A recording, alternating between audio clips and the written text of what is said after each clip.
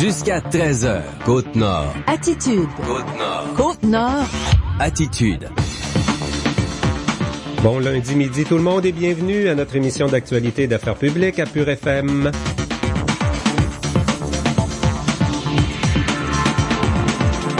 Mon nom est Jean Saint-Pierre, j'anime cette émission Côte-Nord Attitude sur les ondes du FM 94. Ce lundi midi, exceptionnellement, je suis en compagnie de Tommy Auger qui demain dîne avec ses camarades de travail. Ben oui. Alors, tu ne pourras pas être avec nous.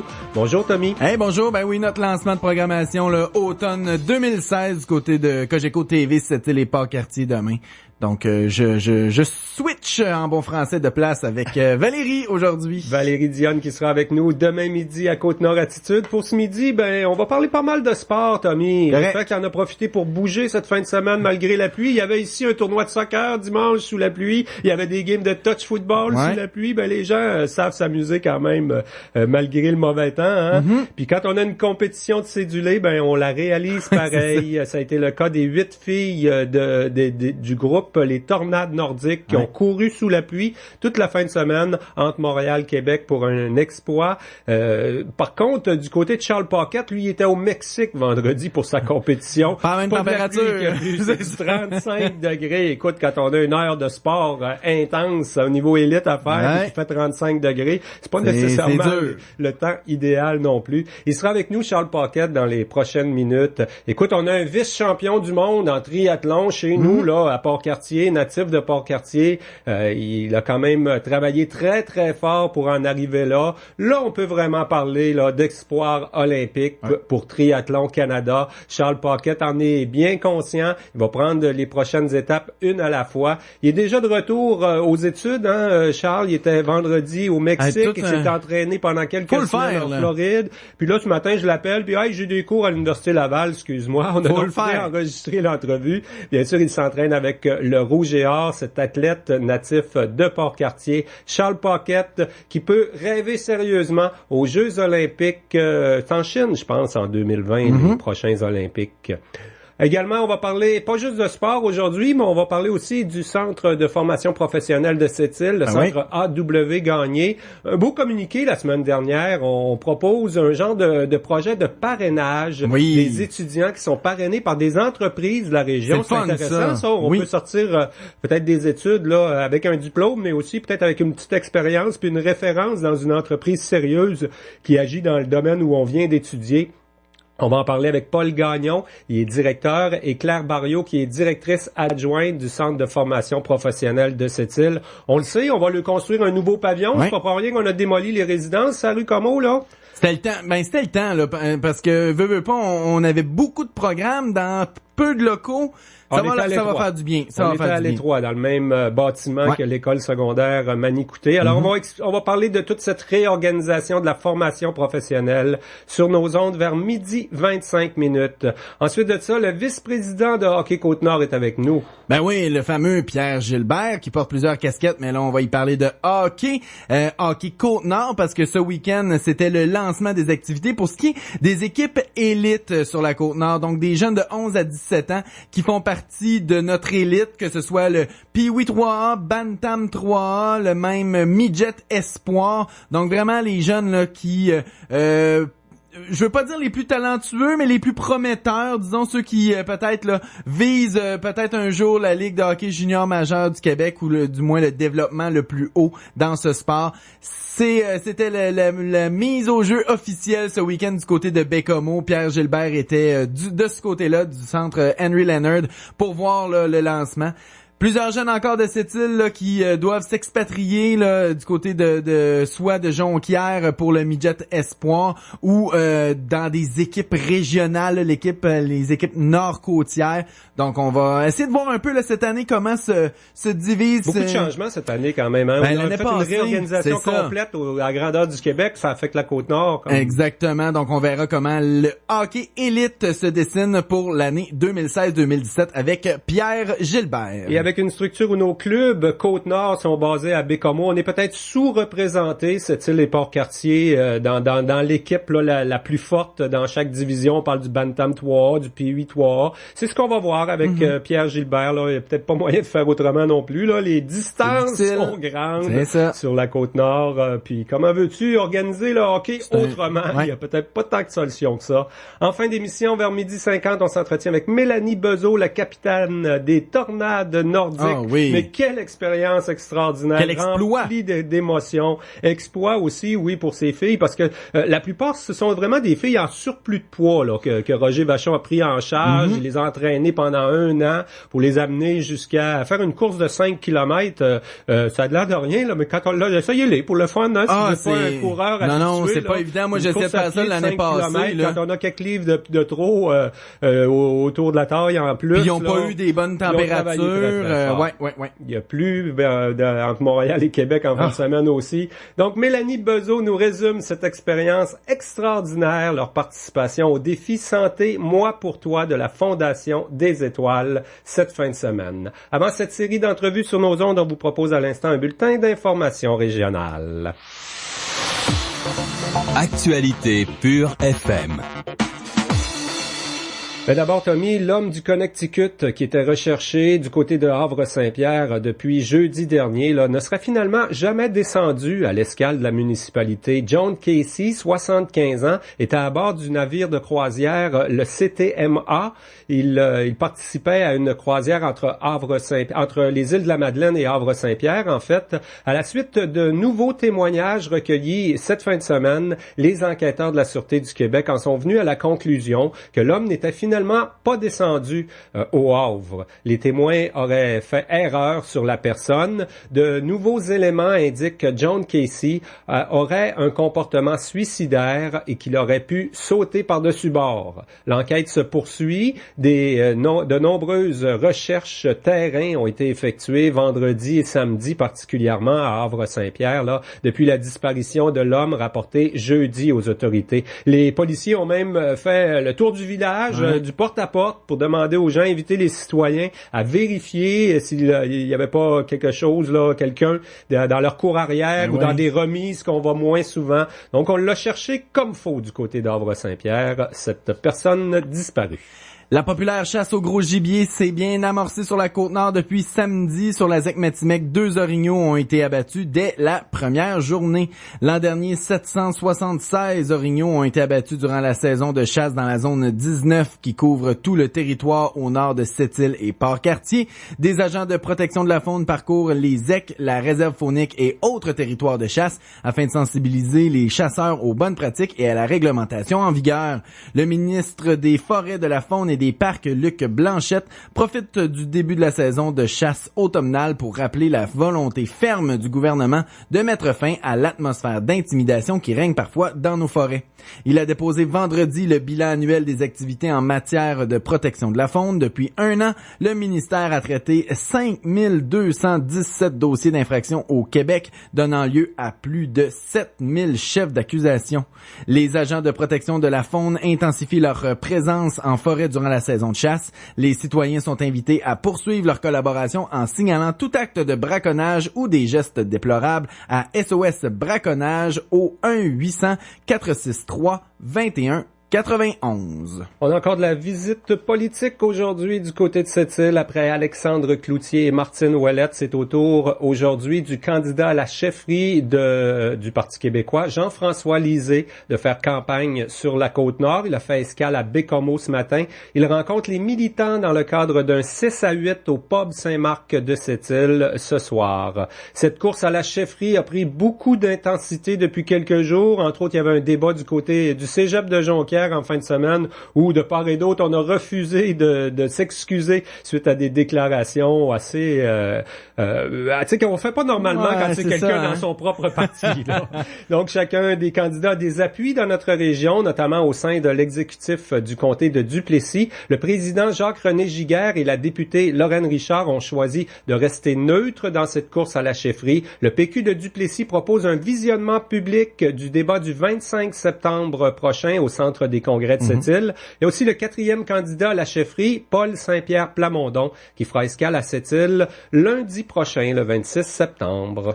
Maintenant, vice-champion du monde, Charles Paquet entretient avec sérieux ses rêves olympiques pour 2020. L'athlète de Port-Cartier a gagné la médaille d'argent au championnat du monde de triathlon à Cozumel au Mexique vendredi après-midi. Il a complété le parcours de natation, vélo et course à pied en 54 minutes 12 secondes. L'Américain Austin Inman l'a devancé de seulement 10 secondes. 12 triathlètes juniors ont réalisé l'épreuve en moins de 55 minutes. Charles Paquet se dit satisfait de sa performance dans la chaleur du Mexique qui lui a rendu la tâche très difficile. Il a sorti 4e de l'épreuve de natation, puis premier à la 2e transition. Il a profité du vélo pour s'hydrater avant de tout donner à la course à pied. L'an prochain, il amorce des compétitions sur des distances olympiques. Charles Paquet se dit confiant pour l'avenir, mais aussi conscient du travail à accomplir en vue de ses prochaines compétitions internationales. Et il est déjà de retour en cours à l'Université Laval. Je lui ai parlé un peu plus tôt ce matin, notre vice-champion du monde en triathlon junior, Charles Paquet. Je vous fais entendre l'entrevue dans moins de 2 minutes. Pour conclure nos informations régionales, mentionnons que les 8 filles du groupe Les Tornades Nordiques de Sept-Îles ont réussi le défi santé Moi pour toi. Elles ont complété hier une course à relais de 270 km entre Montréal et Québec. Les coureuses ont réalisé des rondes de 5 km à tour de rôle, de jour comme de nuit, samedi et dimanche, sous la pluie. Les filles en surplus de poids se sont préparées pendant 1 an avec l'entraîneur Roger Vachon. Chantal Lacroix et Jimmy Sévigny organisent l'événement au profit de la Fondation des Étoiles. Les dons amassés par les 20 équipes du 2e défi santé en Moi pour toi vont à la recherche sur les maladies infantiles. Mélanie Bezeau, capitaine des Tornades Nordiques, sera avec nous en fin d'émission Côte-Nord Attitude. Attitude. Salut. Faites-vous la livraison de fleurs ici? C'est pour... Dis-moi les pas. T'as une nouvelle blonde. Ben non. T'es ben en amour. Vous venez d'emménager en appart, pis t'as eu un bourgeon de bon prix pour ton assurance. Fait que tu veux remercier ton agent Wawanessa. Pas pire, la madame, hein? C'est ça.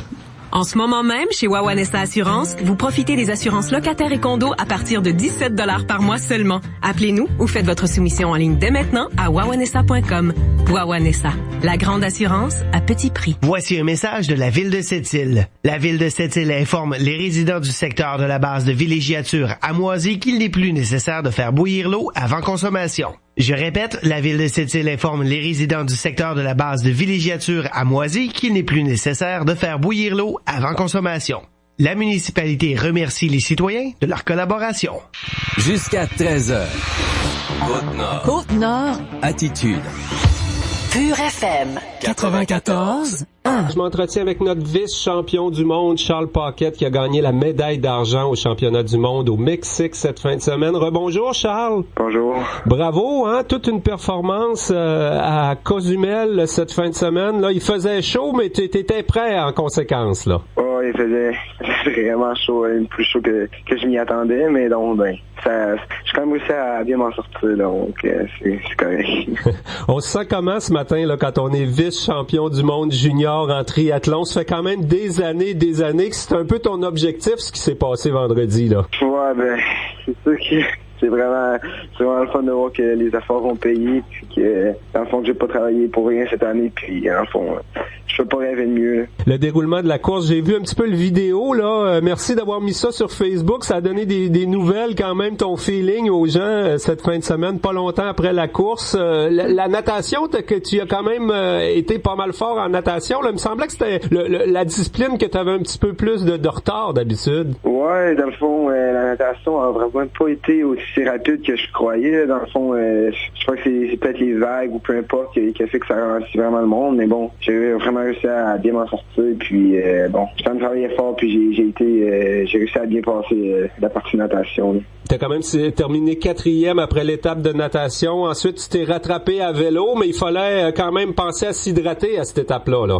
Ouais, vraiment, parce que déjà au début du vélo, on sentait la chaleur qui frappait. Habituellement, au vélo, il y a du temps, on va quand même assez vite, puis on sent pas vraiment la chaleur, mais là, dès les premiers kilomètres, on sentait vraiment la chaleur qui nous frappait, puis il fallait boire de l'eau vraiment beaucoup, puis j'essayais de m'arroser pour essayer de rester le plus froid possible, mais bon, quand il fait 35 degrés, c'est quand même assez dur rester au froid. Là.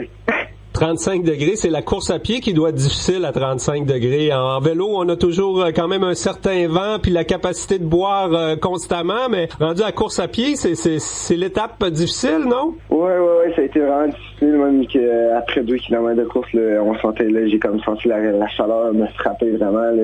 Mes jambes me disaient, non, tu peux plus continuer à ce rythme-là, dans cette chaleur-là, faut que tu ralentisses un peu, là, puis par chance que, dans le fond, l'organisation avait quand même mis beaucoup de stations d'eau qu'on pouvait passer comme 2 fois devant, fait qu'on est comme environ 8 stations d'eau par tour, donc là, c'était vraiment bien, mais même à ça, là, on pouvait prendre de l'eau à chaque fois, mais c'était vraiment intense. L'Américain Austin Hillman qui t'a battu était seulement 10 secondes devant toi, là. J'imagine qu'en fin de course, on donne tout là, pour essayer d'aller le chercher. Là, ça te tentait aussi, ça? Ouais, c'est sûr que j'ai tout donné pour essayer de rester en tête le plus longtemps possible, mais c'est ça, quand il a passé à côté de moi, je me suis dit qu'il essayait plus de garder ma vitesse, parce que une chaleur comme ça, peut-être un petit effort peut juste faire qu'on perd connaissance ou qu'on s'écroule juste à la fin, là, c'est quand même assez intense, donc j'essayais plus de gérer mon effort là, pour la fin de la course. Il aurait pu arriver quasiment n'importe quoi, je regarde les résultats, là, en dedans d'une minute, il y a 12 personnes qui ont franchi la ligne d'arrivée, ça fait que t'aurais juste eu un petit ralentissement, puis tu te ramassais 4e ou 5e, là.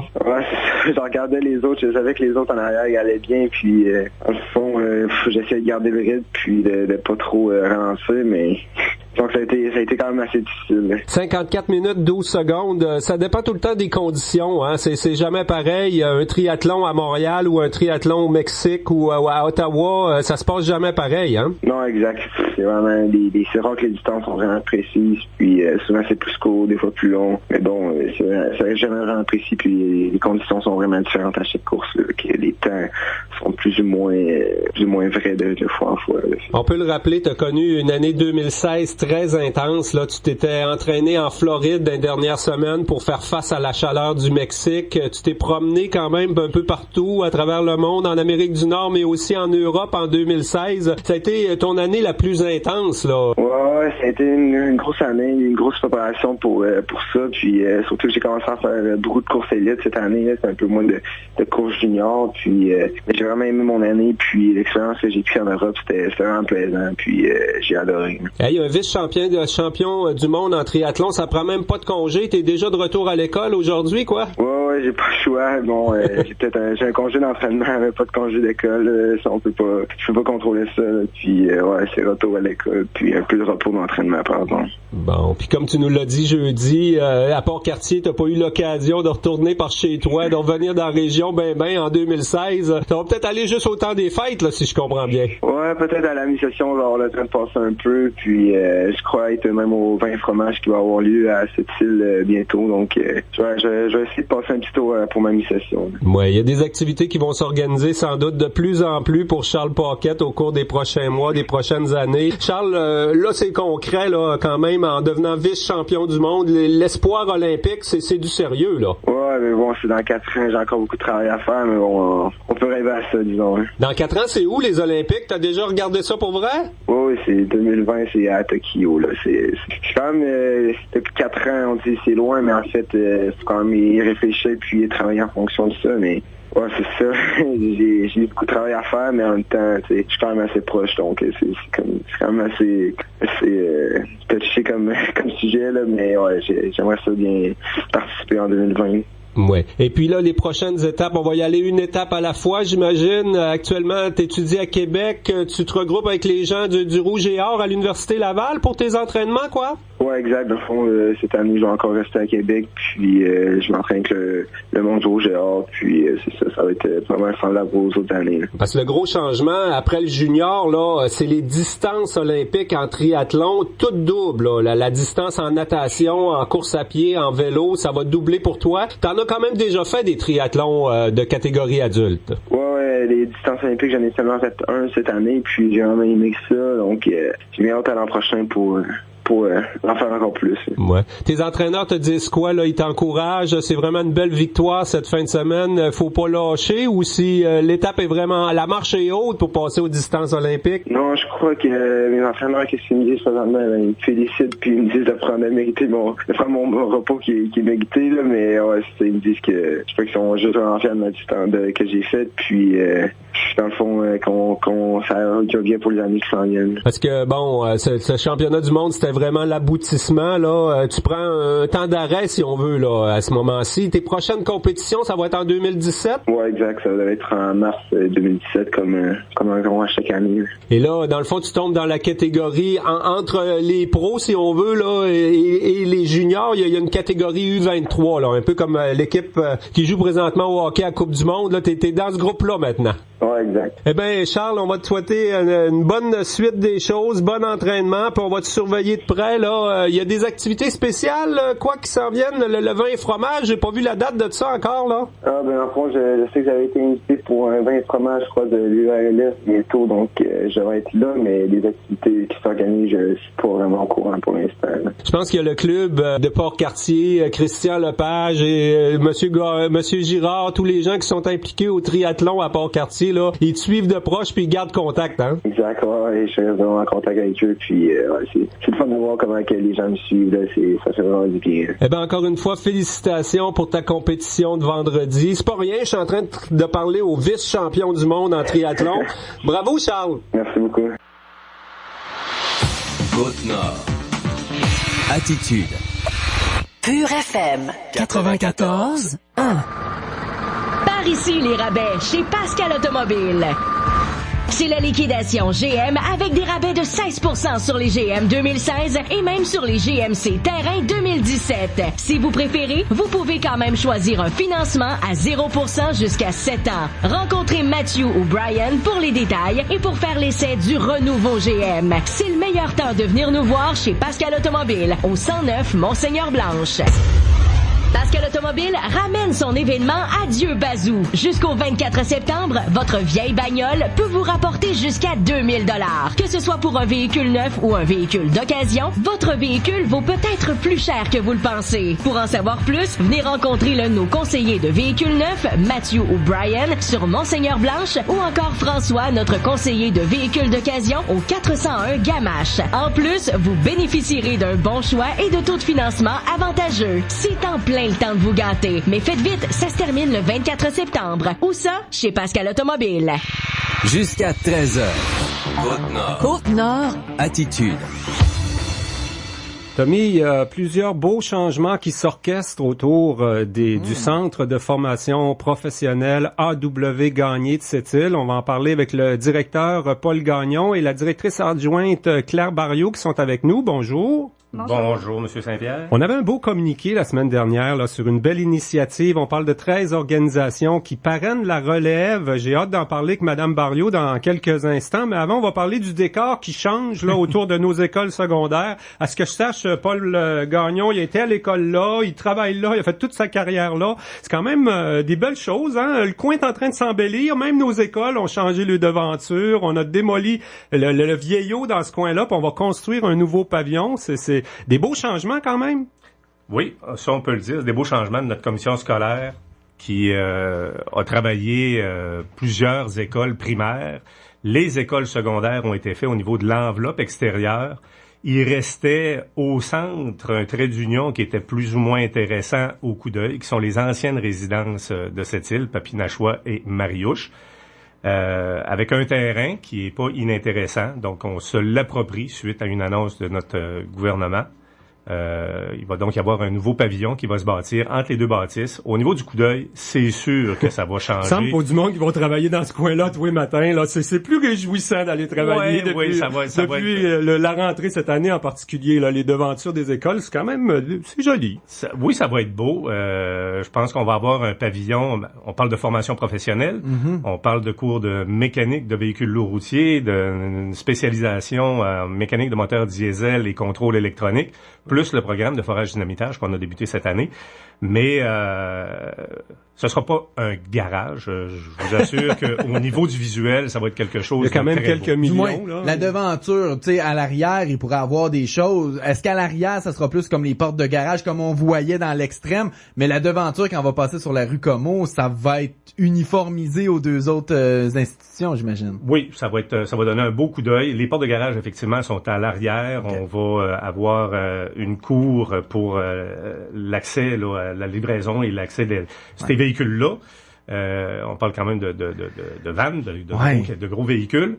Donc, on va être voisins du terrain de football et des pistes d'entraînement là, du secteur jeune. Mais le visuel à l'avant, c'est ça. Je vous garantis là, que ça va faire un beau, moi j'appelle ça un beau trait d'union entre les deux polyvalents. Faut bien comprendre, c'est un nouveau pavillon pour 3 programmes spécifiques. C'est vraiment des nouveaux services du développement là, dans la formation professionnelle ici. Absolument. On avait un centre de formation avec 12 programmes, on en ajoute 3. On va être rendu pour la commission scolaire du fer avec 15 programmes de formation professionnelle. Des programmes qui répondent aux besoins de la grande entreprise, on se le cachera pas. On avait déjà le programme de mécanique d'engins de chantier qui se donne à l'école Jean du Nord, à l'arrière de l'école Jean du Nord.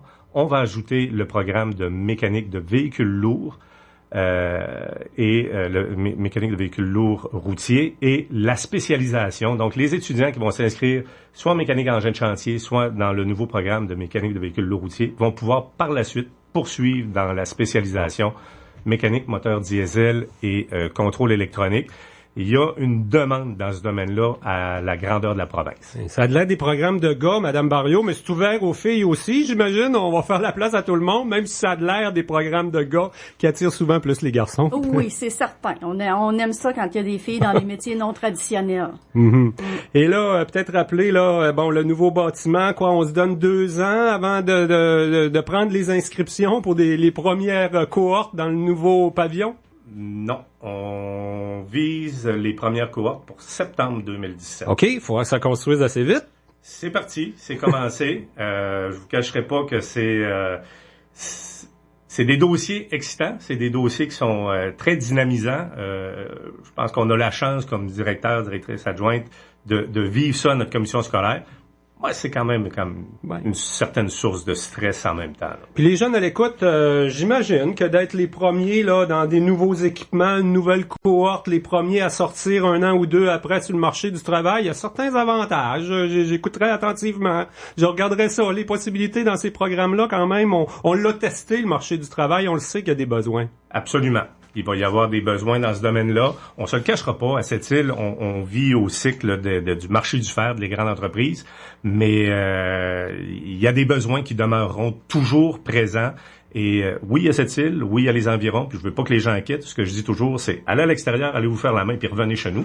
Le marché du fer, il va repartir en montant, on le connaît, les gens de cette île. Ben oui, le temps d'aller chercher la formation, justement, ça va être redémarré. C'est le bon temps, c'est une formation de 1800 heures qui se donne sur 2 ans. Donc, ça nous amène pour une fin en 2019-2020. Je pense que le momentum est très bon. En attendant, comment ça va dans les 12 autres programmes? Là, on sait qu'on vit une conjoncture quand même particulière. Est-ce qu'on a une baisse de clientèle? Ce serait peut-être logique à la rentrée. Là, dans le fond, les cours commençaient ce matin à A.W. Gagné, c'est ça? Demain. C'est-à-dire qu'on a des Commencez pas le lundi, vous autres. Oui, on est commencé lundi, mais avec nos enseignants, on est en réunion avec eux. Mais depuis la semaine passée, là, considérant les travaux qui se font au centre, là, on est rentré une semaine plus tôt pour s'assurer que nos ateliers soient prêts, qu'on est prêt à recevoir la clientèle. Mais aujourd'hui, pédagogique, les enseignants mettent la main à la pâte pour finir, pour bien accueillir nos étudiants. Demain matin, quoi qu'on a menuiserie charpenterie qui est en marche et mécanique d'engins de chantier qui est à Jean du Nord, qui eux autres aussi là, est en marche. Donc demain matin, on accueille nos étudiants et on est prêt. Oui, on a une bonne clientèle, c'est en augmentation, on a des programmes qui ça se dément pas, il y a toujours du monde. Mécanique engin de chantier, encore une fois, c'est un programme qui se remplit, il y a des listes d'attente, et il y a toujours des filles, en passant, M. Saint-Pierre. Et dans les nouveaux programmes, forage dynamitage, on a des filles également. Je présume qu'elles sont pas majoritaires, mais bravo aux filles. Mais il y en a toujours, puis on en prend soin, l'équipe enseignante est consciente qu'on est dans des métiers non traditionnels. L'atmosphère est plus la même qu'on avait il y a simplement 10 ans, là, où est-ce que un peu c'était des extraterrestres, là, les filles qui se rendaient là. Là, maintenant, les filles sont beaucoup plus acceptées. On est beaucoup plus habitués de voir des filles travailler dans ce genre de métier. Ben, moi, je vais vous dire, au centre de formation, j'étais pas là il y a 10 ans, c'est ma 9e année. Je suis obligé de vous dire que, oui, ça se fait bien. On sent pas ces tensions-là ou ces dénigrements, ou appelez ça comme vous voulez. Sur le marché du travail, je pense que les pas sont faits. Il y a toujours place à de l'amélioration. Puis on travaille ces dossiers-là, entre autres, pour les métiers de la construction avec la CCQ, là, qui parraine là, des dossiers pour qu'on fasse tout pour que les femmes dans les métiers non traditionnels soient bien accueillies dans les centres de formation et par la suite, bien entendu, au travail sur les chantiers de construction. De toute façon, la formation professionnelle, on appelait ça avant l'éducation aux adultes, là, ça a comme été une connotation négative, mais c'est quand même une clientèle spéciale, là. C'est des jeunes, pas des décrocheurs, mais souvent aussi, puis des jeunes qui n'ont pas le goût de l'école tant que ça, là. On y va au chemin le plus court. C'est un peu ça, votre clientèle, quand même. Pas tout à fait d'accord. Ceux qui veulent avoir les mains directement dedans, là. Je vous dirais... Les manuels. L'appellation à l'époque, c'était pas la formation générale, c'était la formation professionnelle. Éducation des adultes, cours professionnel court, puis cours professionnel long. Ça, c'est plus vrai, là. Il y a une méconnaissance de la formation professionnelle. Les gens qui s'inscrivent en formation professionnelle, oui, ce sont des gens qui sont manuels, qui veulent travailler dans des domaines concrets. Dire que ce sont des gens qui aiment l'école, non, pas nécessairement, mais il y a de la formation théorique. Ils doivent avoir des connaissances en mathématiques. Il y a des programmes comme électricité. On a eu des rencontres avec les professeurs de Manicouté et de Jean du Nord et ils étaient étonnés parce que quand les enseignants demandaient, moi j'ai ça à montrer à mes étudiants en électricité. Qui donne ça? Et c'était le prof de 5e secondaire pour les groupes enrichis, maintenant je ne sais plus trop comment ça s'appelle, qui disait, ben ça c'est ça. Ça nous prend des jeunes qui ont des connaissances académiques solide dans plusieurs programmes. Ça va de même en mécanique en jet de chantier. Les étudiants vont faire des mécaniques, ils vont faire des mathématiques. Ils doivent donc avoir des compétences académiques et être prêts à avoir des cours théoriques. Mais l'avantage, c'est qu'on est dans du concret au niveau des apprentissages. J'apprends pas. Dans le temps, on disait, à quoi ça va me servir? À quoi ça va me servir d'aller faire un cours 2? Mais là, tu es dans le concret. Tu as besoin de tes maths parce que tu vas avoir à balancer, tu vas avoir à équilibrer, dépendamment des programmes. En menuiserie, charpenterie, et ainsi de suite. On voit qu'on n'envoie pas sur le marché du travail du monde à moitié formé au centre de formation professionnelle de Sept-Îles. Madame Barriot, Claire Barriot nous a envoyé un communiqué la semaine dernière que j'ai beaucoup aimé, moi. On parle de 13 organisations de la région qui parrainent la relève. On a donc des gens du milieu des affaires là qui s'intéressent à ce qui se passe dans votre école. Oui, il y a 13 parrains qui viennent parrainer 13 groupes de finissants. Donc, quand on parle de parrainage, on parle d'activités qu'ils vont faire avec nos élèves et de bourses aussi qu'ils s'engagent à remettre selon certains critères qu'ils vont définir avec l'équipe enseignante. Bravo aux entreprises qui s'impliquent. On peut en nommer quelques-unes. Axar, Expert Conseil, la boîte à clés, le Centre Laser José Pedneau, Electro-Pro 2001, Équipement Nordique, Groupe Rémabec du côté de Port-Cartier, Groupe Trinor à Sept-Îles, les Limes des Sables. C'est varié. C'est des entreprises qui s'impliquent. L'idée vient d'où? J'aime bien ça, cette idée-là, moi. L'idée vient d'un partenariat. On a travaillé en concertation avec l'entreprise La Boîte à Clés, qui est une entreprise de communication. Puis, ce qu'on voulait, c'est stimuler l'intérêt et la persévérance là des élèves au centre de formation professionnelle, puis amener les entreprises à s'impliquer aussi avec nos élèves parce que c'est leur relève. Oui. Donc, l'idée est venue comme ça, puis ça a fait son petit bout de chemin. C'est une première année, c'est la première fois. On veut créer l'habitude, on veut, on se lance déjà avec 13 entreprises partenaires. J'imagine que d'année en année, on voudrait faire grossir ça. Là, on a 13 entreprises partenaires parce que cette année, on avait 13 programmes. Donc, pour chacun des programmes, on a un parrain, une entreprise qui parraine. Qui a un rapport avec le programme, j'imagine, qui engage du monde qui font ce métier-là. Oui, il faut que ce soit en lien direct.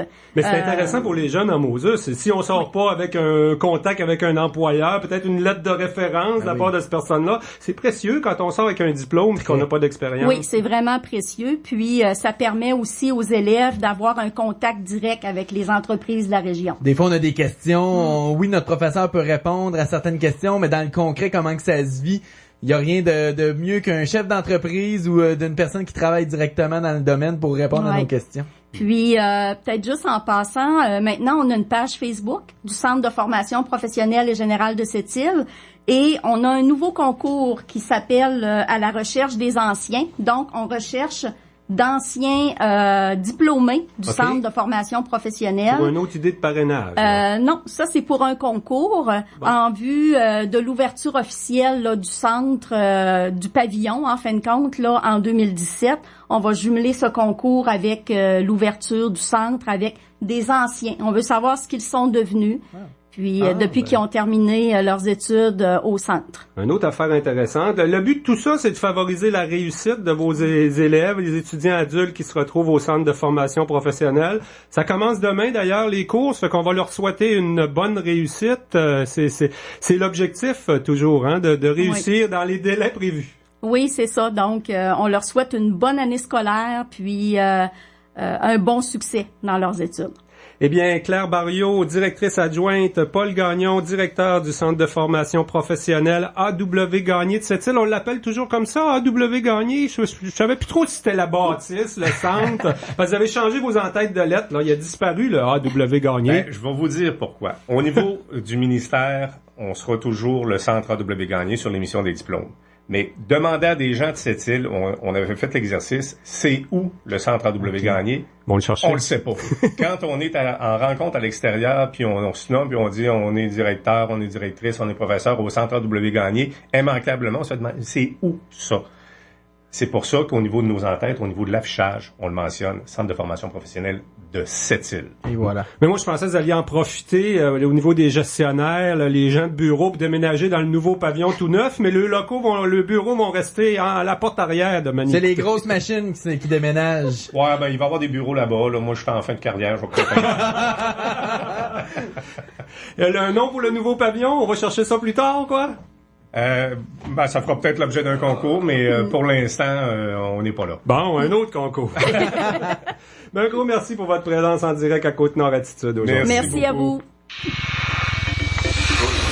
Attitude.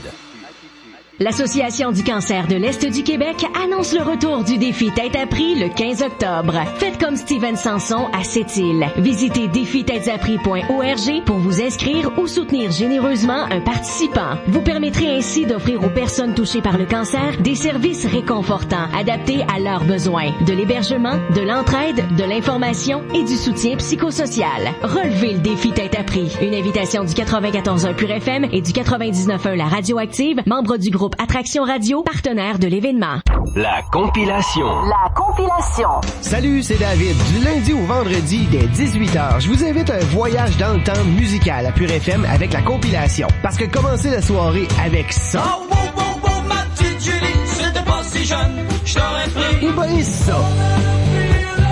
Ben, me semble que ça fait du bien. Commencez vos soirées de semaine du bon pied avec la compilation dès 18h. Pure FM 94.1 jusqu'à 13h. Côte-Nord. Côte-Nord. Attitude. Pure FM 94.1. Tommy, on va parler de hockey dans les prochaines minutes. Il y a du bon hockey avec la Coupe du Monde à la TV, mais on va parler du hockey dans la région Côte-Nord. Nos meilleurs joueurs se retrouvent souvent à Jonquière ou à Bécomo. La saison a vraiment débuté cette fin de semaine pour l'élite Côte-Nord. Exactement, et on en parle avec Pierre Gilbert, vice-président section Est de Hockey Côte-Nord. Pour Hockey Côte-Nord, le hockey élite a débuté pour nos jeunes de 11 à 17 ans ce week-end du côté du centre Henry Leonard à Bécomo. Premièrement, comment ça s'est passé, là? Comment s'est passée cette première fin de semaine? Bon, en général, ça s'est bien passé. Je pense, sauf le midget, ont perdu leurs deux parties, mais quand même, au niveau du Pee-Wee et du Bantam, le Pee-Wee a gagné annulé et a gagné sa première partie. Dans le fond, comme je disais tantôt, c'est un petit peu un moment historique, parce que ça fait déjà quelques années, là, avec d'autres membres de Hockey Côte-Nord, qu'on travaille pour avoir cette équipe-là, le Pee-Wee 3A relève. Parce qu'Hockey Québec nous exigeait pratiquement, parce qu'on était la seule région qui n'avait pas ce type de catégorie d'équipe-là. Ça, c'est des changements là, qui sont venus. Il y a eu des grosses discussions l'an passé avec Hockey Québec. Vous avez réussi là, à tirer la couverte de votre barre. Là. Ben, au niveau du Pee-Wee 3A, c'était plus au niveau peut-être de convaincre les associations d'hockey mineurs et les parents là, de ce nouveau projet-là, parce qu'il faut dire que c'est complètement différent du petit raccord, là. Ouais. Alors, si je fais une histoire courte, le jeune joue avec cette équipe-là, jouera pas avec jouera pas à cette île ou ailleurs avec une autre équipe, contrairement au petit raccord. Les joueurs locaux, pour l'instant, vont toujours être à Bécomo, c'est sûr, on commence. Mais les jeunes de cette île, oui, c'est jeunes, là, pour les déménager à Bécomo, ils restent quand même ici chez leurs parents, mais ça va voyager pas mal. On est habitués au hockey, les élites, ça voyage. Tous les joueurs, puis oui, pour l'instant, là, les joueurs restent dans leur propre, dans leur zone, dans leur ville, et on a des ententes là, avec l'hockey mineur qui fait que le jeune peut quand même pratiquer durant la semaine avec l'équipe du même calibre, si on veut. Combien de jeunes qu'on a de Sept-Îles et de Port-Cartier dans le Pee-Wee 3A présentement? Le Pee-Wee, on a eu 3 de Sept-Îles. Okay. Olivier Hudon, avec les 2 frères Ambroise, là, William et le nom du plus jeune m'échappe, là, mais on a quand même 3 de Sept-Îles qui sont là. Et puis, bon, dans le Bantam, on a 2 jeunes là, du coin. On a Marc-Antoine Pouliot de Port-Cartier et Jacob Boudreau de Saint-Pierre. Je mets eux dans le Bantam. J'imagine un peu plus vieux, demeure à Bécomo. Effectivement. Donc, on change vraiment là, le rythme de vie, le style de vie là, quand on tombe Bantam, parce que là, on est capable de résider à Bécomo. C'est ça. Jusqu'à maintenant, est-ce que la formule répond bien là? Peut-être Bantam, vu que c'est depuis plusieurs années là qu'on a cette formule-là, est-ce que ça répond bien aux demandes? Est-ce que les parents principalement, parce que c'est eux qui prennent les décisions là en bout de compte, est-ce qu'ils sont satisfaits de cette formule? Oui, je pense que Bantam Midget, depuis les dernières années, ça fonctionne quand même assez bien. C'est sûr que ce serait le fun qu'il y aurait plus de joueurs peut-être du secteur Est qui se présenteraient on est sous-représenté, c'est la réalité économique aussi, puis géographique, qui fait qu'on est sous-représenté. C'est pas le talent, là, qui manque. C'est pas le talent, c'est parce que malheureusement, les jeunes ne se présentent pas pour X raisons. Alors, surtout au niveau du midget. Donc là, on peut rien y faire. Ouais, en même temps, midgets sont rendus à 15-16 ans, là. Souvent, ça travaille quelques heures. Mais le midget d'espoir, c'est quand même une belle ligue. T'as plusieurs joueurs qui sont repêchés par le majeur dans ce circuit-là. Alors, il y en a peut-être qui manquent des chances, peut-être, là, de donner une chance de donner une visibilité. Midget Espoir, juste pour être clair, l'équipe est basée à Bécomo, comme le Bantam. Sur le circuit du Saguenay, c'est bien ça? Non, avec la Ligue élite du Québec. OK, donc vraiment vont parcourir le Québec au grand complet, là. Oui, sauf qu'au niveau du Pee-Wee cette année, je pense qu'on va seulement sortir une fois là dans le secteur ouest, si on peut dire ça, le Montréal dans ce coin-là, mais ça se déroule surtout dans l'est, là, avec la Beauce et puis Bas-Saint-Laurent, puis le Saguenay, puis Québec un peu dans ce coin-là. Là. Moins de kilométrage à faire quand on sort pas de Rimouski et du Bas-Saint-Laurent, Saguenay-Lac-Saint-Jean. C'est sûr que cette formule-là, c'est la première fois, donc on se lance là-dedans. On a commencé en fin de semaine. En fin de semaine, l'équipe va à Québec. Alors, c'est sûr qu'au fil du temps, c'est les parents, peut-être, à la fin d'année, qui vont nous dire, ça a d'allure ou ça n'a pas. Mais le fait que le jeune ne joue pas dans 2 équipes, contrairement aux autres années, moi, je pense que ça va peut-être être gagnant, parce que c'est sûr que tu vas faire, nécessairement, je pense, moins de millage que jouer dans 2 équipes que jouer juste dans une. En même temps, au moins, tu te concentres juste à une place, là.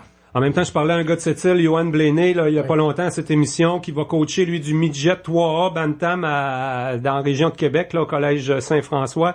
Le but des entraîneurs, c'est de les faire évoluer, c'est le développement des jeunes, c'est pas tout le temps la victoire, là. C'est à ça qu'il faut penser aussi quand on les suit, hein, ces équipes-là. Il y a pas juste compter un but puis gagner à game, c'est que le jeune progresse. Si l'entraîneur maintient la philosophie qui est supposée être, là, c'est de développer ces jeunes-là, surtout quand tu le pars à Pee-Wee 11 ans, c'est de l'emmener à gravir les échelons un par un, puis de se rendre éventuellement au milieu de 3A. Mais il peut se passer bien des choses dans l'espace de 5-6 ans. Là. Cette année, on n'a pas midget 3A, hein, de cette île, Port-Cartier, non? Non, on avait Maxime Clémence l'an dernier. Maxime est parti au collégial. Oui, il est rendu au collégial. Avec les Patriotes... Saint-Laurent. Ouais, Saint-Laurent, moi, les Patriotes. J'ai été à l'UQTR, à Trois-Rivières, et le nom de l'équipe sont les Patriotes. C'est pour ça que j'ai une petite appartenance. On parle des entraîneurs. Est-ce que les groupes d'entraîneurs qui sont présents changent régulièrement, ou on a une équipe d'entraîneurs dans ces équipes-là, élites, qui sont stables et qui sont là pour instaurer un certain style de jeu? Ben, c'est sûr qu'on essaie le plus possible d'avoir une mobilité avec les entraîneurs. Naturellement, c'est peut-être plus souvent du bénévolat que d'autres choses, même si on a au niveau des dépenses, là, mais comme au niveau du Bantam, c'est Jean-Philippe Simard, je pense que c'est sa 2e ou 3e année. Ah, okay. Au niveau du midget, on a un nouvel entraîneur avec l'ancien coach du Tracor, Marco Pietronero. Ouais. Alors, je pense qu'on a un gars d'expérience là, qui va aider à ce niveau-là. Et au niveau du Pee-Wee, l'entraîneur-chef, c'est Jean-Philippe Claveau de Bécomo, avec l'aide d'Éric Smith de Sept-Îles et de Jean-Marc Lévesque de Bécomo. Fait qu'on a des gens quand même d'expérience là qui sont... Oui, de toute façon, ça prend ça aussi. Il y a des grades aussi, il faut que tu respectes là-dedans, puis il faut que tu aies quand même un bagage de connaissances. Quand tu es rendu dans ce calibre-là, il faut que tu aies... Faut que t'aies un certain, ouais, c'est ça. Et le niveau des jeunes, on voit là depuis quelques années, bon, le 3A se développer. Maintenant, on va repartir avec le Pee-Wee 3A. Est-ce que dans les prochaines années, on le sait que c'est difficile de répondre peut-être à ça, mais est-ce qu'on risque de voir plus de Sept-Îliens dans, par exemple, percer la Ligue de hockey junior majeure du Québec?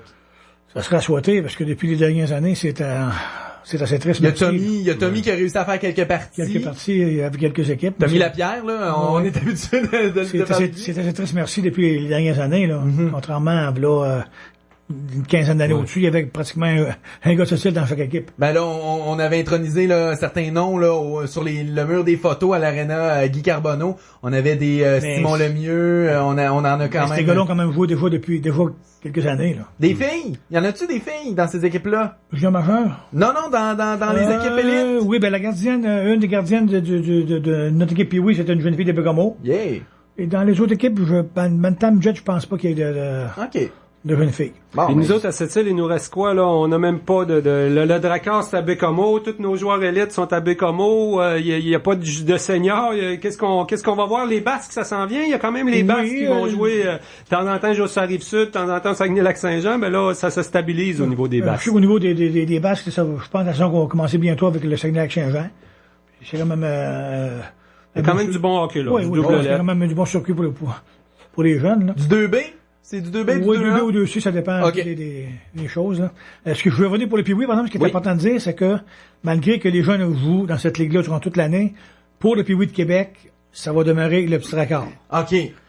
Parce que vu qu'on joue dans cette ligue-là, sous ce nom-là, on va s'appeler le Petit Drakkar. Depuis plusieurs années, on s'appellera pas les Nord-Côtiers, mais on va s'appeler le Petit Drakkar. Ah oui, ça paraît bien. Quand t'arrives parce que le Drakkar aussi nous aide un peu à ce niveau-là. Au centre Vidéotron, tu t'appelles le Petit Drakkar, ça paraît bien. Fait qu'à ce moment-là, ça devient un peu intéressant pour les jeunes là, de s'identifier à une équipe comme celle-là. En terminant, ceux qui sont dans la masse, là, qui jouent au hockey mineur, il y a quand même une belle ligue ici. Ça s'organise assez bien, la Côte-Nord, hein. Il y a des matchs contre le Havre, Fermont, Bécomo. Dans le simple lettre qu'on appelle, là, c'est la masse, l'ensemble des jeunes. Ça doit se mettre en branle, actuellement, là. Oui, ben, ça va commencer, je pense, vers la mi-octobre, là. On a une réunion, justement, on a un CA, là, qui est Côte-Nord en fait semaine à Bécomo. Fait que déjà, là, ça va donner une idée, là, au niveau des zones qui ont déjà fait pratiquement toute leur inscription.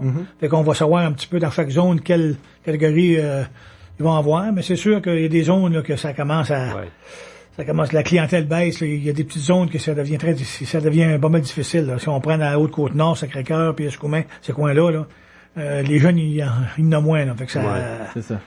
Ça commence à faire quand même une belle ligue qui vit sa saison intense jusqu'aux fêtes. Après ça, c'est ce qu'on pourrait appeler la saison des tournois. Hein. Il y a le Ferro puis la tournée des tournois. Tous les tournois de la Côte-Nord. Là, mais depuis quelques années, en plus, on a instauré des tournois là, spécifiques. Par exemple, comme à Pont-Cartier, c'est le Bantam cette année. Eux autres, ils ont juste des équipes Bantam. OK. Une autre zone a juste du Pee-Wee, l'autre a juste Midget, puis l'autre a juste Atome. Fait qu'à ce moment-là, ça force un peu tout le monde à sortir de leur coin. Parce que en diminuant le nombre de tournois de chaque catégorie un peu, ben, ça te force à aller où il y en a. Bon. Fait qu'on pense qu'à ce moment-là, ça va aider chaque tournoi, là, Mais le Ferro, ça va être encore un gros événement, toute catégorie, ici à cette île. Nous, le Bécomo, là, vu que c'est plus gros, ben là, à ce moment-là, c'est toute catégorie, là. Bon. On attendra ça avec beaucoup d'impatience, les premiers résultats, là, de cette ligue. Des ligues élites, bien évidemment, on se tiendra informé, mais également du hockey mineur de la Côte-Nord, les différents tournois. Les gens peuvent nous suivre, là, Facebook? Nord-Côtier, LEQ, là. On a un site qui est juste avec nos 3 équipes. Fait que ça évite d'aller sur le grand site, là, puis de ramasser avec les 25-30 équipes, là. Donc, Nord-Côtier, LEQ. Ça permet de suivre les 3 équipes en même temps. Pierre Gilbert, vice-président section Est de la Côte-Nord pour Hockey Côte-Nord. Merci beaucoup. Merci. On conclut l'émission, une entrevue avec Mélanie Bezeau. Elle était la capitaine des Tornades Nordiques qui ont réalisé ce beau défi santé, moi pour toi, qui c'était en fait une course à relais entre Montréal et Québec cette fin de semaine. Attitude. L'hiver peut nous tomber dessus n'importe quand. Comme quand vous laissez votre toit ouvrant ouvert toute la nuit après que la météo ait annoncé un ciel dégagé. Oups, c'est C'est là que vous appréciez vos sièges chauffants, quand vous en avez. Attendez l'hiver de pied ferme avec des pneus Bridgestone Blizzak de chez OK Pneus. Des pneus qui mordent dans la neige et la glace et vous donnent une confiance accrue dans les pires conditions hivernales. Les pneus Bridgestone chez OK Pneus. Passez chez OK Pneus à Sept-Îles au 111 Maltais, rencontrez François, notre spécialiste des pneus. Côte-Nord. Attitude. Pure FM. 94. Je m'entretiens avec la capitaine des Tornades nordiques qui viennent de vivre tout qu'un défi, le défi santé, moi pour toi. Mélanie Bezeau, bonjour. Bonjour Jean, ça va bien? Oui, ça va bien. Comme ça, les 8 filles de Sept-Îles qui ont fait la course à relais entre Montréal et Québec hier. Vous avez profité de la nuit, là, hein? Celle de samedi à dimanche a été très, très courte. Là, on vient de récupérer un peu. Oui, elle a été très, très courte. Par contre, c'était vraiment un très gros défi puisqu'il pleuvait vraiment, vraiment beaucoup entre Montréal et Québec. Et puis, ça a été la plus belle course que j'ai faite de toute ma vie. Puis de toute l'équipe, on était tous d'accord. Un gros bravo. Pleuvait, là. Un gros bravo, Mélanie. Hein? Ça a été toute une année de travail d'abord, là, d'efforts presque au quotidien pour arriver à cet aboutissement là, samedi et dimanche. Ça a dû être rempli d'émotions à la ligne d'arrivée quand même. Oui, vraiment. Puis on a eu aussi, tout au long de l'année, on a appris à se connaître les 8 filles de l'équipe, ainsi aussi Roger, notre coach. Et puis on avait, quand on savait qu'on allait terminer, on avait de la peine. On se disait c'est une grosse réalisation, mais personnelle, puis physique aussi, mais c'est beaucoup, beaucoup personnel. Et puis on se disait, mon Dieu, on avait quasiment la tristesse de se laisser un petit peu tomber après ça, mais on s'est promis qu'on allait toujours encore se suivre. Là. Ben oui, vous êtes 8 filles de cette île, sûrement qu'il va y avoir encore de belles occasions de se rencontrer. Ça a créé des amitiés solides, hein? Comme ça, les défis, ça crée des liens entre les êtres humains. Vraiment, puis tu sais, même aussi tout au long du défi, les autres équipes qui étaient là, tu sais, il y a des équipes, les autres équipes, on les connaissait pas vraiment. Et écoute, quand on joint l'activité physique, un défi comme ça, de dépassement, tu sais, on avait de la misère, des fois les gens ils venaient, ils nous donnaient une tape dans le dos. Tout le monde s'encourageait, c'était vraiment super beau. On a encouragé des filles de Fermont qui étaient là parce que vous avez une équipe de Fermont. Écoutez, c'était vraiment là, c'est vraiment la solidarité qu'il y a dans le défi, c'est vraiment fantastique. Là. C'est merveilleux, puis c'est ce qui vient nous toucher dans le fond, puis qui nous laisse après ça, qui reste avec nous, puis c'est ça qui va rester dans nos souvenirs. Et peut-être pour l'expliquer, le défi là sur le plan physique, vous avez fait l'équivalent quoi d'à peu près un marathon chacune là à l'intérieur de 36 heures. C'est un peu ça quoi, une quarantaine de kilomètres. C'est un petit peu moins, c'est ça. C'est un petit peu moins dans le fond. Il y avait comme on courait avec la vitesse que nous on court. T'sais, moi c'est plus comme moi j'étais dans le groupe qui courait le moins rapidement. Donc moi c'est un petit peu plus qu'un demi-marathon. Par contre ceux qui étaient dans le très fort groupe, qui couraient très vite, eux ils ont fait quasiment un marathon complet là, eux autres. Donc c'était adapté chacun à votre capacité finalement là. Même si on s'entraîne depuis un an, il fallait augmenter progressivement la dose comme on dit. C'est ça effectivement. Puis ça il y avait beaucoup de côtes là, il y a des groupes là qui sont vraiment bons là, parce que écoutez, il y a des filles dans notre équipe qui ont monté des côtes là, c'était hallucinant. On n'a pas de côtes à Sept-Îles, mais il y en a à Montréal puis Québec, je peux vous le jurer. Et c'était quand même 8 filles de Sept-Îles plus le groupe de Fermont actuellement, ça s'est bien passé pour tout le monde, pas eu de bobo, pas eu d'anicroche dans tout ça? Non, pas du tout. Écoutez, c'est sûr que je vous dirais qu'on n'ira pas danser le matin, mais sinon, on est tout en forme, tout en shape. Je pense qu'on oublie tous nos petits bobos quand on arrive à la ligne d'arrivée. On dirait que ça part tout ça.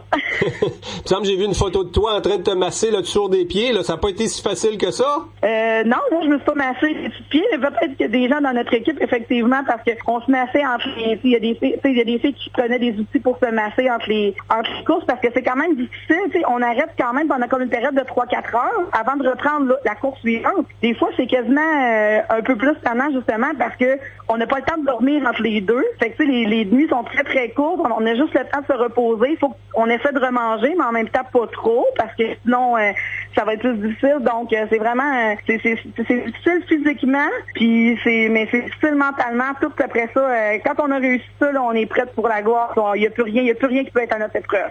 En même temps, Mélanie, chaque femme avait sa motivation personnelle. Là, c'est un défi personnel, le défi santé, moi pour toi. Dans ton cas, c'est beaucoup des raisons familiales, je pense. Hein? Tu veux être capable de suivre ta fille dans les prochains mois. Oui, c'est ça. Ben dans le fond, c'est ça. Moi, mes enfants, ils courent beaucoup.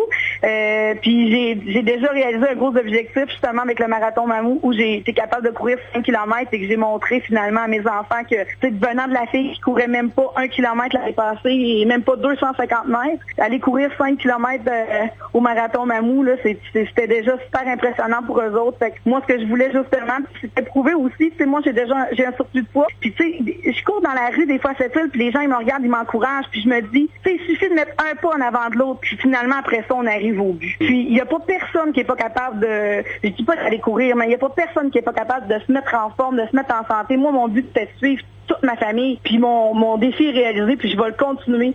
Puis l'année prochaine, on en fera encore plus. Oui, ça prend quand même beaucoup de volonté. Hein? Ça a l'air facile à dire comme ça, mais quand vient le temps de passer à l'acte quotidiennement, à un moment donné, on était chercher un coach, Roger Vachon, là, ça l'a aidé pour la motivation puis l'entraînement, je pense. Oui, effectivement. Tu sais, Roger, il y a les techniques de course, il pouvait nous corriger. Tu sais, quand il voyait comment qu'on courait, non, plus comme ça. Aussi dans tout ce qui, c'est ça, tous ces entraînements ils ont fait qu'on en est venu à ça, tu sais. Parce que c'est ça que c'est pas, on court pas un 5 km du jour au lendemain, là. Tu sais, il faut quand même être réaliste, là. Il faut, tu sais, on va courir un 5 km avec de la pratique. On commence par marcher, après ça, on fait des intervalles, puis après ça, on se met à la course. Comme société, je trouve ça beau quand même, des femmes qui ont un surplus de poids, qui ont l'encouragement de tout le monde. Souvent, on est la risée des autres quand on a un surplus de poids. Effectivement, mais tu vois, moi, ça m'est jamais arrivé. Moi, je cours là dans cette île au complet, les gens ils me voient. Il y a des gens qui me font des thumbs up, tu sais, ils me lèvent le pouce pour me dire bravo. Il y a des gens qui me klaxonnent, qui me félicitent. Tu sais, je pense que les gens commencent à nous connaître beaucoup. Puis juste le fait de, tu sais, des fois les gens ils vont, oh non, j'irai pas, tu sais, le monde va rire de moi, tu sais, j'ai un surplus de poids. Non, c'est pas vrai. Sorti, let's go for it. Ben, c'est un peu ça le défi, hein. Je pense que les 80 équipes qui étaient là, 20 équipes de 8 filles chacune, c'était tous un peu la même situation. On courait tous avec un surplus de poids, si on veut. Non, pas du tout. Dans mon équipe, il y a des gens qui ont 0 surplus de poids. Il y a des gens des gens qui avaient des surplus de poids, il n'y en avait pas vraiment tant que ça. Même, je te dirais qu'on était un petit peu plus en minorité. On avait plus d'efforts à mettre, c'était pas grave. Mais il y avait beaucoup de gens, beaucoup qui s'entraînaient beaucoup, là, qui faisaient déjà des marathons, là. OK. Puis pour l'équipe des Tornades nordiques, il y avait aussi un objectif financier derrière tout ça, hein. On se souvient que les fonds vont à la Fondation des Étoiles. Vous avez aussi atteint votre objectif? Oui, puis justement, je tiens à remercier tous les gens qui nous ont encouragés de la ville de cette île parce qu'on s'entend que dans une situation économique où on est présentement, toutes les activités de financement qu'on a fait, c'est vraiment fantastique de s'avoir fait encourager. Puis oui, hier, ils ont annoncé le chiffre et ils ont pu remettre la somme de plus de 90 000 $ à la Fondation des Étoiles. Donc, on était vraiment très heureux. Et tout ça, ça va à la recherche sur les maladies infantiles avec la Fondation des Étoiles. Effectivement, et courir pour une bonne cause comme ça. C'est Chantal Lacroix qui est derrière ça et Jimmy Sévigny, avec qui tu nous as organisé une entrevue l'an dernier à la radio, là. Ces gens-là ont été très présents, comme votre coach Roger Vachon, d'ailleurs, qui était à vos côtés tout le long. Oui, effectivement. Puis c'était la 2e édition du Moi pour toi.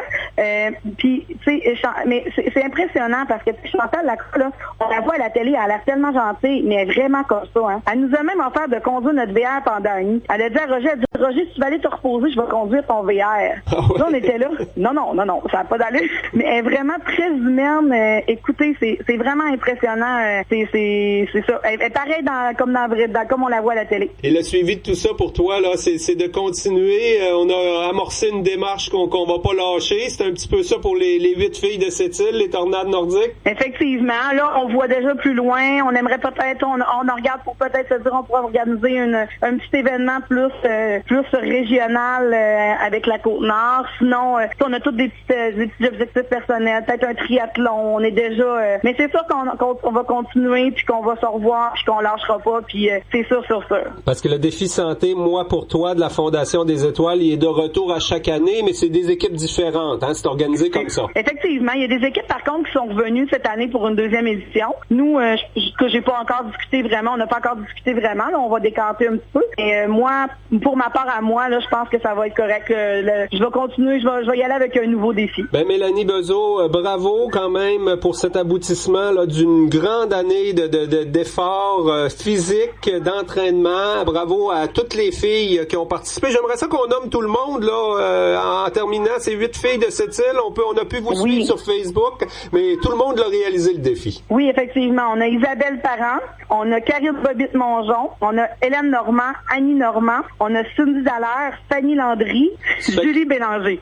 Bon, alors tout ce beau monde a complété avec succès le défi Moi pour toi. Un gros bravo. Là, vous êtes sur le chemin du retour. Vous allez être à Sept-Îles ce soir. Oui, effectivement. Puis, écoutez, on a vraiment hâte. On avait hâte de revenir hier pour rejoindre notre famille et de prendre surtout une bonne douche. Et puis là, c'est ça, on est sur le chemin du retour et on va revenir à notre petit quotidien cette semaine. Ben, bon retour. Merci beaucoup pour l'entrevue, Mélanie Bezeau. Je rappelle que tu es capitaine des Tornades Nordiques qui ont réalisé le défi Santé Moi pour toi entre Montréal et Québec cette fin de semaine. Un gros merci. Ben, merci beaucoup, Jean. Puis merci encore à la ville au complet de nous avoir encouragés tout au long de l'année. Et, c'est grâce à vous, justement, qu'on s'est rendu où on est allé là.